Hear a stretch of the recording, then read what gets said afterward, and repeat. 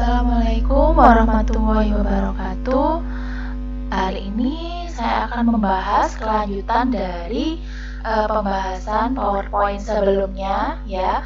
Kalau di sebelumnya membahas tentang komponen keseimbangan fasa satu komponen, hari ini kita akan membahas bagaimana keseimbangan fasa apabila terjadi pada dua komponen. Nah, di sini masih tetap ya untuk dua komponen pada fase tunggal ini masih menerapkan aturan Gibbs ya dengan derajat kebebasan yang dipengaruhi oleh tekanan, temperatur, dan komposisi atau konsentrasi dari suatu komponen. Untuk membahas tentang yang dua komponen ini, kita akan bermain dengan fraksi mol dari masing-masing campurannya. Nah, apa yang dinamakan dengan fraksi mol sendiri? Fraksi mol adalah jumlah mol ya pada satu komponen di dalam campurannya. Misalnya di sini ada dua larutan, dua komponen A dan B.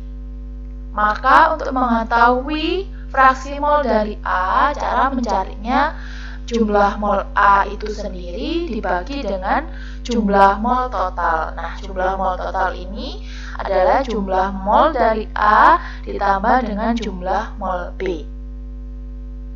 Sama dengan halnya jumlah mol B juga seperti itu. Jumlah mol B berapa dibagi dengan jumlah mol total dari campuran larutan tersebut. Yang nantinya jumlah mol A ditambah jumlah mol B sama dengan 1 fraksi molnya.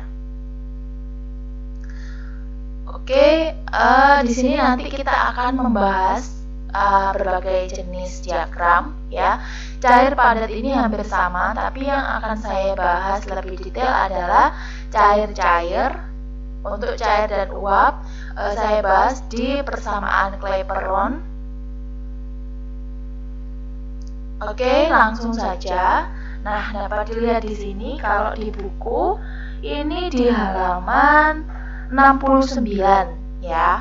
Kalau di bukunya Bu Nani ini di halaman 69 bisa dibuka, silahkan. Nah, cara membacanya seperti ini.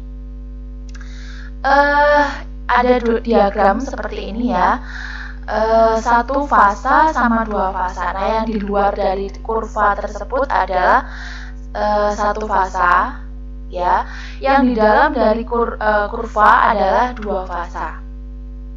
Nah, sekarang kita lihat apabila ada campuran ya, dua campuran. Pertama adalah larutan A. Yang kedua adalah larutan B. Bisa dilihat huruf A dan B di kanan pojok kiri bawah ya. Itu menandakan dua larutan yang dinamakan larutan A dan B misalnya. Nah, kemudian seiring bertambahnya waktu ya, T1 ke atas, kemudian TC semakin ke atas. Ini menunjukkan adanya kenaikan suhu. T1 misalnya 20 derajat Celcius atau 30 derajat Celcius. Nah, TC ini lebih tinggi suhunya. Jadi misalnya 50 derajat Celcius. Terlihat bentuk kurvanya ini semakin mengerucut dikarenakan semakin mudah dua larutan tersebut untuk membaur atau terlarut satu sama lain ya, sehingga tidak bisa dibedakan atau kurva luasnya akan semakin menyempit atau mengerucut seperti itu, sehingga muncul peak seperti itu atau puncak. Nah, kemudian yang saya bahas sekarang kita lihat kondisi pada T1 ya. T1 di situ bisa dilihat huruf C, D, E, F, G. Nah, apa maksud dari masing-masing huruf ini? Ini ada ceritanya, ada artinya masing-masing ya. Kita akan bahas dari B. Bisa dilihat B ya. B adalah larutan 1 atau L1. Nah, kemudian huruf C di sini adalah jumlah larutan ya. Jumlah larutan yang sejumlah suhu yang diberikan T1 pada larutan B. Jadi belum tercampur ya di sini ceritanya. Masih ada larutan B atau cairan B murni. Ya, masih murni. Oke, paham sampai sini? Kemudian kita berjalan ke larutan D, ke titik D maksud saya. Nah, ke titik D ini dia sudah ditambahkan larutan A sedikit demi sedikit. Oke, paham ya sampai di sini? Sudah ada larutan A di dalam larutan B.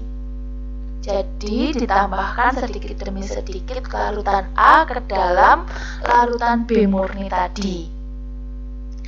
Kemudian jumlahnya masih lebih kecil dari jumlah B. Jumlah larutan B tadi ya, jumlah larutan 1, sehingga XA1 bisa dilihat yang di bawah, XA1 itu isinya adalah larutan B lebih besar daripada larutan A. X itu tadi fraksi mol ya, fraksi mol. Nah, fraksi mol yang pertama ini dikuasai ya, atau yang menang ini masih larutan B atau larutan 1. Dikarenakan larutan A yang ditambahkan masih lebih sedikit dari larutan B. Oke, sekarang bergerak ke E. Nah, larutan E ini belum di tengah-tengah ya, belum di tengah-tengah, jadi sudah terbentuk dua fasa seperti itu. Larutan A sudah mulai jenuh ya, larutan B juga sudah mulai jenuh. Jadi sudah terbentuk dua fasa. Hanya ya kalau yang dilihat di sini dua fasa, karena titiknya tidak di tengah-tengah dari kurva tersebut, maka bisa diindikasikan larutan B lebih besar daripada larutan A. Ya. Nah, kalau titik E-nya misalnya ini ada di tengah-tengah, maka jumlah fraksi mol dari B dan A jumlahnya sama. Oke, tapi inti dari di sini E ini adalah sudah masuk di dalam kurva yang mengindikasikan dua larutan ini sudah membentuk dua fasa. Sudah tidak saling melarutkan satu sama lain. Sudah setimbang menjadi dua fasa. Paham ya? Kemudian semakin bergeser ke kanan lagi, nah larutan A ditambahkan lebih banyak lagi sedikit demi sedikit. Kemudian sampailah kita pada titik F. Nah, ketika pada titik F ini yang terjadi apa? Larutan B itu sudah kalah banyak daripada larutan A. Jadi gara-gara larutan A ditambahkan terus-menerus, maka jumlah larutan A ini sudah komponennya sudah lebih banyak daripada komponen B. Paham ya? Sehingga di titik F ini ceritanya larutan A sudah menang. Gitu ya. Larutan A sudah menang sehingga larutan B ini terlarut pada larutan A. Ya, sehingga membentuk satu fasa saja, yaitu larutan A, karena ada di daerah larutan A atau larutan kedua, L2 itu ya. Nah, begitu ceritanya. Sedangkan apa yang terjadi di G? G ini adalah ketika A belum ditambahkan, larutan A belum ditambahkan dengan larutan B, sehingga G di sini isinya murni cairan A. Gitu. Paham ya? Nah, untuk yang XA2 yang di bawah itu XA2 yang ketika ditarik ketika pada titik F, ya, sehingga XA2 di sini sudah terjadi campuran, tapi dimenangkan atau lebih banyak fraksi molnya A. Paham ya sampai sini?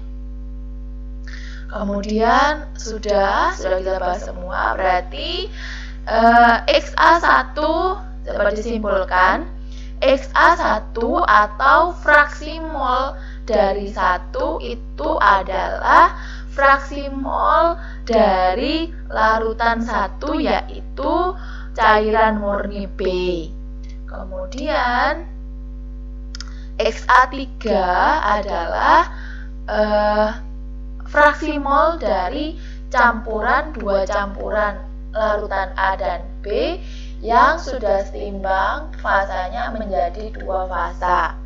Sedangkan XA2 di sini adalah fraksi mol yang dimenangkan oleh larutan kedua yang jumlahnya lebih banyak larutan keduanya ketimbang larutan 1 atau B, ya, sehingga dinamakan XA2. Seperti itu ya. Ini berlaku pada berbagai macam campuran yang saling melarutkan satu sama lain. Nah, ini ada nggak hanya seperti tadi kurvanya, di sini ada contoh-contoh diagram fasa dari 2 komponen lainnya. Seperti yang A ini adalah air dengan trietilamina. Kenapa kok bentuknya seperti itu? Ya, itu dikarenakan semakin bertambahnya suhu, bukan saling melarutkan, maka malah saling memisah seperti itu. Yang tadi kan semakin bertambahnya suhu maka saling melarutkan satu sama lain. Kalau di sini larutannya ketika ditambahkan suhunya, larutan semakin ketika ditambahkan suhunya, larutan akan malah saling memisah, tidak saling larut satu sama lain. Ada seperti itu. Kemudian yang melingkar ini juga membentuk suatu siklus, ya, suatu siklus lingkaran, ya, seperti ini, sehingga ada suatu titik di mana mereka bisa saling melarutkan satu sama lain pada berbagai macam suhu. Contohnya ini air dengan nikotin. Nah, kemudian di sini yang berhubungan dengan diagram fasa tersebut, 2 komponen tersebut adalah persamaan Clapeyron, ya. Clapeyron ini apabila dua fase ini terlibat pada punya energi Gibbs molar yang sama. Misalnya fase alfa dan fase beta. Nah, pada akhirnya di sini langsung saja dilihat ketika digabungkan 2 komponen dari energi Gibbs yang sama ini, maka didapatkan diferensiasi dari tekanan per diferensiasi dari suhu, ya, dP per dt ini itu sama dengan selisih dari entropi masing-masing dibagi dengan suhu dikali selisih dari volume masing-masing.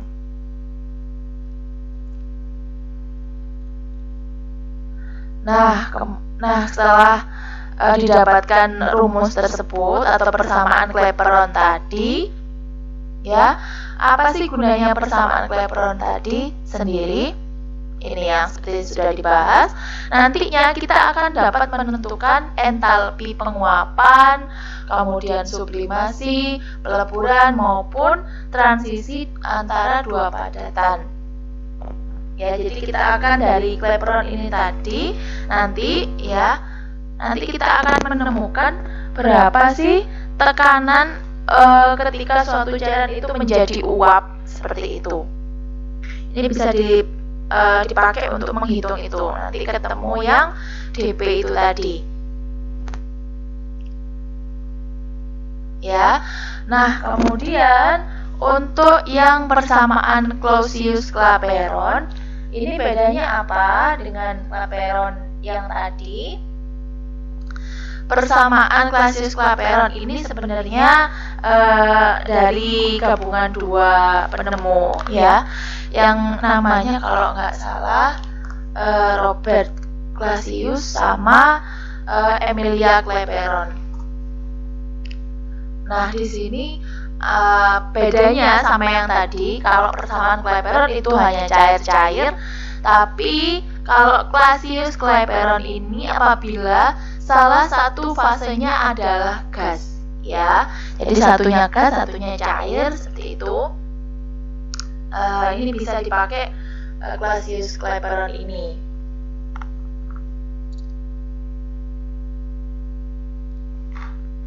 Rumusnya hampir sama, ya, seperti itu. Diferensiasi tekanan dibagi diferensiasi suhu sama dengan tekanan dikali selisih entalpi, ya, dibagi dengan gas ideal, konstanta gas ideal, ya, kemudian dikali dengan suhu kuadrat. Nah, untuk yang kedua, hukum yang berhubungan dengan diagram fasa dua komponen tadi itu ada hukum Raoult, ya, Raoult. Nah, bedanya di sini hukum Raoult itu hampir sama hukum Dalton. Masih ingat ya? Hanya kalau hukum Dalton itu membahas tentang gas ideal, kalau hukum Raoult itu adalah cairan ideal. Nah, cairan yang ideal ini yang bagaimana? Ini sudah dibahas di sini. Cairan ideal itu punya gaya intermolekul dalam molekul yang sejenis dan tidak sejenis itu sama. Ya. Salah satu sifat larutan yang penting adalah tekanan uap larutan yang tadi sudah dibahas di Clapeyron juga. Jadi, apa sih tekanan uap larutan? Yaitu kecenderungan menguap untuk merupakan cara untuk mengetahui gaya intermolekul dalam larutan. Nah, semakin dia mudah menguap gitu ya di sini, semakin mudah menguap maka gaya intermolekul dalam larutan tersebut itu tinggi.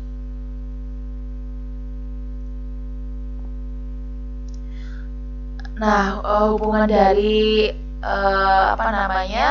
yang dinyatakan oleh Raoult ini sendiri adalah tekanan uap pelarut atau PA di sini pada permukaan larutan besarnya sama dengan hasil kali tekanan uap pelarut murni dengan fraksi mol dalam larutan atau XA. Nih ya, bisa dilihat. Nah, kalau ada dua komponen A dan B, maka tekanannya itu tinggal dijumlahkan tekanan A ditambah tekanan B. Nah, tekanan itu sendiri bisa didapatkan dari itu ya, fraksi mol dikali tekanan pada saat murni, pada saat larutan itu murni. Misalnya tekanan A didapatkan dari fraksi mol A dikali dengan tekanan dari ketika larutan itu murni A, belum ada campurannya. Seperti itu. Oke, langsung hukum Raoult ini juga nyambung ke distilasi. Ya, kalau kalian sudah kimia organik, belum ada kimia organik. Di sini ada yang dinamakan distilasi, kalian bisa googling alatnya. Nah, distilasi ini adalah memisahkan dua campuran larutan ya berdasarkan titik didihnya. Gitu. Ya, prosesnya seperti ini, dua campuran cairan itu sama-sama dipanaskan atau diuapkan. Nah, kemudian yang mendidih duluan otomatis dia akan menguap, ya kan? Menguap menjadi uap. Kemudian untuk mendapatkan cairannya, bentuk cairannya kembali, maka uap tersebut diembunkan, ya, diembunkan. Kemudian dia akan berubah bentuk menjadi cairan kembali. Nah, jadi bisa didapatkan yang tertinggal itu zat terlarut, yang yang menguap itu diindikasikan pelarut, gitu.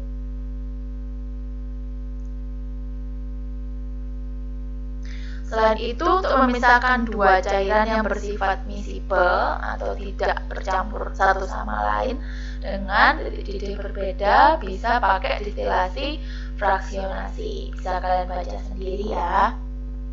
Kalau distilasi itu seperti itu prinsipnya. Oke, di sini bisa coba kalian kerjakan hukum Rolle, contohnya seperti ini. Dan hukum Clapeyron, apabila ada soal seperti ini bagaimana menyelesaikannya. Bisa juga pakai persamaan yang di atas, ya Clapeyron, bisa juga pakai persamaan yang ini. Intinya sama poinnya. Oke, saya akhiri perkuliahan hari ini seperti ini.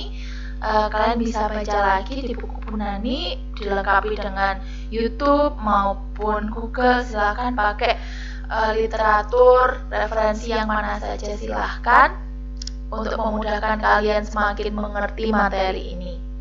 Oke, segitu saja. Terima kasih sudah mendengarkan sampai akhir. Saya akhiri. Wassalamualaikum warahmatullahi wabarakatuh.